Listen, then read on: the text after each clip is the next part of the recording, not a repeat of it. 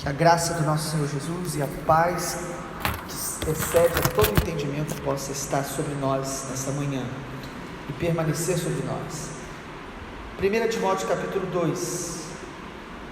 Antes de tudo, peço que se façam súplicas, orações, intercessões e ações de graças em favor de todas as pessoas. Orem em favor dos reis e de todos os que exercem autoridade, para que vivamos vida mansa e tranquila, com toda piedade e respeito. Isto é bom e aceitável diante de Deus, nosso Salvador, que deseja que todos sejam salvos e cheguem ao pleno conhecimento da verdade. Porque há um só Deus e um só mediador entre Deus e a humanidade, Cristo Jesus, homem, que deu a si mesmo em resgate por todos, testemunho que se deve dar em tempos oportunos. Para isto, fui designado pregador e apóstolo. Afirmo a verdade, não minto, mestre dos gentios na fé e na verdade. Quero, pois, que os irmãos orem em todos os lugares, levantando mãos santas, sem ira e sem animosidade. Da mesma forma que as mulheres em traje decente se enfeitem com modéstia e bom senso, não com tranças no cabelo, ouro, pérolas ou roupas caras, porém com boas obras, como convém a mulheres que professam ser piedosas. A mulher aprenda em silêncio, com toda submissão, e não permito que a mulher ensine, nem que exerça autoridade sobre o homem. Esteja, porém, em silêncio, porque primeiro foi formado Adão, depois Eva, e Adão não foi iludido, mas a mulher, sendo enganada, caiu em transgressão. Mas ela será salva, tendo filhos, se permanecer em fé, amor e santificação com bom senso. Falamos ontem que 1 Timóteo, essa primeira carta de Paulo ao pastor Timóteo, seu filho na fé, dentre tantos temas que poderíamos abordar, nós vamos estar abordando o cumprimento do propósito de Deus através da nossa vida, o cumprimento do chamado de Deus. A nossa vida, ela ganha cor, ganha sentido, ganha prazer, quando nós percebemos que nós nascemos, fomos gerados por Deus com propósito, com vocação. E o chamado de Deus na nossa vida não tem a ver apenas com um dom que a gente exerce, ou com uma função na igreja local, ainda que inclua isso. O chamado de Deus na nossa vida, prioritário, é conhecê-lo, é ter intimidade com Ele, é ter um relacionamento com Ele que, a partir da nossa amizade e comunhão com Deus, nós vamos manifestar Jesus através do nosso dia a dia, com o nosso caráter, com as nossas obras, com as nossas ações. Nós vamos testemunhar de Jesus, e isso é o cumprimento sublime do nosso chamado, ou do propósito da nossa vida, porque Deus nos criou para o louvor da sua glória, para revelar Jesus para todas as pessoas que estiverem perto, e para assim cumprir o propósito, o chamado de Deus. Mas olhando para 1 Timóteo capítulo 2, Paulo está descrevendo a Timóteo algumas verdades que são essenciais para cumprirmos os propósitos de Deus. E ontem nós falamos no capítulo 1 sobre combater o bom combate, e hoje no capítulo 2 a gente percebe que, para cumprirmos o propósito de Deus, nós precisamos priorizar o nosso relacionamento com Deus diário, priorizar o nosso encontro diário com Deus. O que Paulo diz no capítulo 2 é extremamente importante. Ele fala no versículo 1, olhe comigo: antes de tudo, eu peço que se façam súplicas, orações, intercessões e ações de graça em favor de todas as pessoas. Lembre os irmãos que Paulo está escrevendo para um pastor que tinha uma avó que conhecia o Senhor, que tinha uma fé em Deus, uma mulher judia que conhecia a revelação de Deus, tinha uma mãe que conhecia o Senhor, e Paulo escreve para ele dizendo: olha, antes de tudo, a sua prioridade deve ser o seu encontro com Deus. Então, mesmo sendo neto e filho de mulheres tementes a Deus, Parece que Timóteo precisava ser lembrado que o primeiro chamado dele é ter relacionamento com Deus. Jesus falou isso de maneira muito clara em Marcos capítulo 3, versículo 14. No Evangelho de Marcos capítulo 3, versículo 14, o texto diz o seguinte: Jesus chamou 12 para estarem com ele, para pregar o Evangelho, para expulsar demônios. O primeiro propósito de Deus em nossa vida é estar com ele. Como anda o seu tempo a sós com Deus? O lugar secreto. Você tem tempo diário com Deus, onde você encontra com Ele e conversa com Ele e abre o coração e ouve o Senhor, porque oração não é apenas falar, mas é um relacionamento. Oração não é somente falar com Deus, mas é um encontro com Deus, e deveria ser o momento do dia mais prazeroso para nós, deveria ser o momento que nós mais aguardamos. E quando estamos com um dia muito atarefado, que aquele momento de encontro com Deus ele é reduzido, deveríamos sentir muita falta, e no outro dia já colocar em dia esse momento a sós com o Pai. Tem sido a batalha da igreja em toda sua história. Paulo tem que lembrar um pastor que ele tem um chamado, ele tem um propósito, ele tem uma vocação pastoral de cuidar de uma igreja, mas antes de tudo, precisamos estar com o Senhor. Sabe qual é o nosso problema? Se o seu deve ser parecido com o meu, que é algo tão básico que quando a gente ouve, dentro da gente já tem uma voz dizendo: isso eu já sei, e às vezes uma voz de culpa dizendo: realmente eu preciso fazer mais. Mas nós precisamos nos arrepender, nós precisamos pedir ao Espírito Santo para nos arrepender de deixar esfriar o primeiro amor e deixar o lugar secreto a sós com Deus. Porque o nosso ministério, a nossa vida, a nossa família, a nossa vida profissional, amado, as coisas só vão ter sentido se o nosso encontro com Deus pessoal, diário, for genuíno, profundo, levado a sério. É desse encontro que nós vamos renovar nossas forças, é desse encontro que nós vamos ouvir a voz dele, é nesse encontro diário com Deus que o nosso orgulho é quebrantado, é quebrado, que aqueles sentimentos que às vezes brotam na gente, de amargura, de decepção, de ferida, vão ser curados, santificados pelo sangue de Jesus. É um lugar secreto que faz com que o fruto do Espírito esteja sendo gerado em nós, e aquelas manifestações da nossa carne estejam sendo cortadas, estejam sendo enfrentadas, é no lugar secreto. E aí, capítulo 2 de 1 Timóteo, Paulo nos ensina que para que a gente cumpra o nosso propósito diante de Deus, nosso chamado, a oração precisa ter pelo menos 5 aspectos que eu queria colocar. Primeiro aspecto, a oração deve ser prioridade. Paulo começa dizendo: antes de tudo, nós deveremos acordar e antes de estar com qualquer pessoa, estar com o Senhor. Antes de tudo é prioridade. Não é falta de tempo que faz a gente diminuir a oração, é falta de amor, é falta de amor, é falta de prioridade. A igreja de Éfeso tinha um problema: o amor tinha se esfriado. E Jesus escreve à igreja de Éfeso lá em Apocalipse, não incentivando a igreja a fazer um culto mais animado, mas chamando a igreja para um arrependimento. O problema nosso hoje é que quando a gente percebe que a oração, a vida com Deus não está sendo prioridade, nós queremos um culto animado para poder nos renovar. Nós precisamos nos arrepender, pedir perdão a Deus. Primeiro aspecto, a oração tem que ser prioridade. Segundo, a oração precisa ser variada ou dirigida pelo Espírito Santo. Paulo diz: olha, antes de tudo, ele não diz apenas orem, ele diz o seguinte: façam súplicas, orações, intercessões e ações de graças.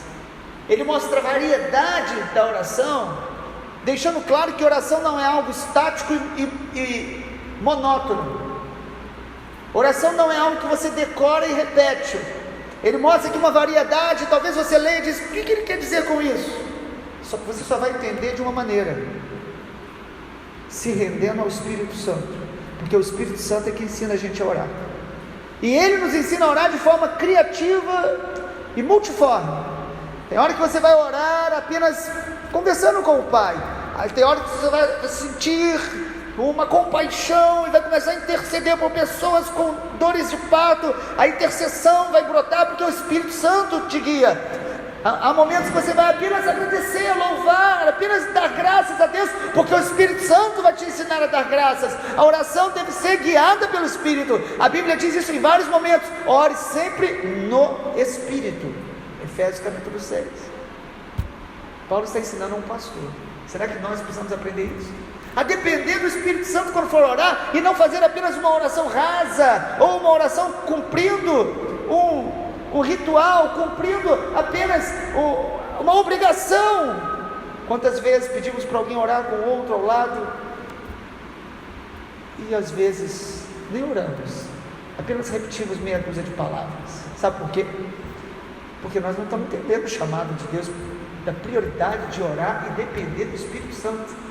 Quanto mais dependente do Espírito Santo, mais a sua oração vai se tornar algo maravilhoso, especial. Imagina você deixar de fazer um monte de coisa para orar, porque orar é maravilhoso. Não porque você vai sentir algo ou ver algo, mas porque você tem prazer de estar com o Senhor e perceber o Espírito Santo te guiando, te conduzindo, te corrigindo nas suas orações. Você orar de uma forma, o Espírito Santo te conduz a outra forma. Você está virado com alguém, você começa a abençoar aquela pessoa. A oração deve ser variada, porque ela é feita no Espírito e com ações de graças. Há pessoas que a oração parece mais uma lista de murmuração ou de ansiedade do que um encontro com o Pai. Terceiro aspecto da oração, Paulo diz aqui: para cumprir o chamado de Deus, a oração deve ser por todos os homens. Os irmãos perceberam isso? Ele diz para que a gente ore pelas autoridades. É muito interessante esse aspecto. Ele fala: ore por todos que estão exercendo autoridade, os reis, as autoridades. E imagina que Paulo estava aqui diante do Império Romano, naquele tempo onde reis impiedosos, que perseguiam a igreja, que exploravam com impostos, e ele diz: orem por eles, orem por eles, para que Deus dê temor, para que Deus dê sabedoria, para que Deus refreie a multiplicação da iniquidade que opera no coração dos poderosos, para que eles possam ter o mínimo do temor de Deus. Ore pelas autoridades. E Paulo ainda diz algo, amado, no versículo número 3: isto é bom e aceitável diante de Deus, que deseja que todos sejam salvos. E no versículo 12 ele diz: para que nós tenhamos uma vida mansa e tranquila, com piedade e respeito. Parece que Paulo está dizendo o seguinte: Timóteo, quando a gente ora pelas autoridades, nós temos paz na alma, porque a gente coloca diante do Senhor as nossas preocupações com eles, e a gente descansa em Deus. Então quando você ora pelo presidente, pelos seus governadores, vereadores, você descansa em Deus, você tem paz em Deus. E também, no sentido de vida mansa e tranquila, é porque certamente as nossas orações evitam males muito maiores que poderiam acontecer sobre a face da terra. Então nós devemos orar, mas não só pelas autoridades. Versículo 3 e 4, Paulo vai adiante e diz: Deus deseja que todos sejam salvos e cheguem ao pleno conhecimento da verdade. Por isso nós devemos orar por todas as pessoas que de alguma forma começarem a fazer parte do nosso círculo de amizade, pela nossa família, e por pessoas que trazem a nós cargas de oração, compartilham pedidos, pessoas que você vê que está passando por um sofrimento intenso. Coloque numa lista e ore para aquela pessoa, abençoe aquela pessoa. Isso é propósito de Deus. Cumprir o propósito de Deus, sobretudo, é uma vida de oração. Quem tem vida de oração vai compreender e vai cumprir os propósitos de Deus. Em quarto lugar, nós devemos orar pela salvação das pessoas, porque o texto fala disso de maneira muito clara. No versículo 4, Deus deseja que todos sejam salvos e cheguem ao pleno conhecimento da verdade. Nós devemos orar não apenas para que as pessoas sejam curadas, que tenham uma boa viagem, que Deus livre elas dos acidentes. Às vezes a gente ora por tudo isso e é importante, mas se tem alguém que você conhece, da sua família, do seu círculo de amizade, que não conhece Jesus, deveria ser parte das nossas orações para que eles sejam salvos, para que eles tenham um encontro com Jesus, para que eles tenham um encontro com o Senhor e eles possam estar na eternidade.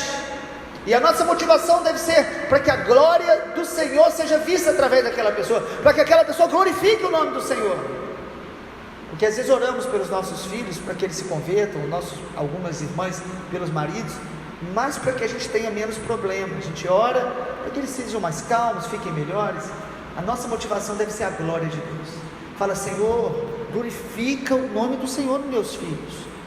Você deve orar assim: Pai, glorifica o teu nome no meu marido, na minha esposa, na minha vida. A glória de Deus. O texto diz: Deus deseja que todos sejam salvos, todos, e cheguem ao pleno conhecimento da verdade. E qual é o conhecimento da verdade? Versículo 5: só há um Deus e um só mediador entre Deus e a humanidade, Cristo Jesus, homem. Sua família pode ser boa, seus amigos podem ser pessoas que fazem o bem, mas eles precisam conhecer a verdade, e a verdade é que só há salvação em Jesus, pelo sangue de Jesus, pelo sacrifício de Jesus, e nós temos que orar por isso, nós temos que chorar por pessoas, nós temos que jejuar para que muitos sejam salvos perto da gente. Você quer cumprir o propósito de Deus? Você precisa conhecer o coração de Deus, e o coração de Deus chora pelos perdidos, quer salvar os perdidos. Nós precisamos nos conectar a isso.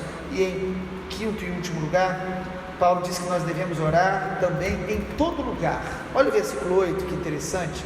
Quero que os irmãos orem em todos os lugares, levantando mãos santas, sem ira e sem contenda. Por que em todos os lugares? Jesus nos ensinou que quando a gente for orar, nós devemos ter um lugar secreto, ter um lugar para estar a sós de intimidade com Ele.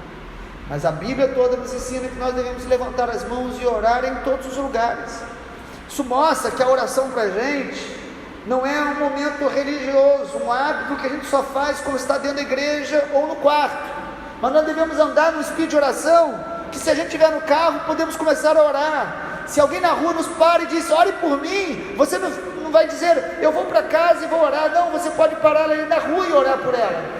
O ideal é isso: quando alguém te pedir oração, ore na hora, porque aí você já vai orar e vai lembrar de orar depois e já vai abençoar. Nós devemos ser pessoas de oração, pessoas que quando chegam perto da gente, a gente escute e vamos orar por isso, e ore com as pessoas, ao invés de murmurar ou às vezes até querer entender tudo que as pessoas estão falando e conversar sobre coisas que não edificam. Nós deveríamos ser pessoas mais rápidas para orar. Paulo está dizendo: andem em oração, orem nas ruas, em todos os lugares, onde você estiver. Você é casa de oração. Você não faz uma oração, você se torna uma casa de oração. É a sua natureza que é mudada. Jesus falou: a minha casa será chamada casa de oração para todos os povos. Nós precisamos de gente assim, que está na praia e ora, está no supermercado e ora, está na faculdade e ora. Você não precisa fazer uma grande oração gritando no meio da rua, porque aí você cai naquela questão dos fariseus em Mateus capítulo 5. Você pode ser discreto, pode orar de olho aberto, mas você ora, você abençoa, você abre a boca e edifica a fé de outras pessoas em todo lugar. Não daria tempo para a gente comentar os detalhes do final do capítulo 2, quando Paulo fala sobre a mulher aprender em silêncio. Ele aqui está falando sobre algo contextual ali da cultura de Éfeso. Ele está mostrando ali que para a mulher aprender com o marido era uma questão de honrar o marido e também uma honra para ela. E ela não ensinar, num contexto de muitos falsos profetas, era uma maneira de protegê-la, de não colocá-la debaixo de tantas pressões que estavam acontecendo naquele tempo na cidade de Éfeso. Então, o aspecto do capítulo 2, no final do capítulo 2, o apóstolo Paulo está deixando muito claro o propósito da mulher.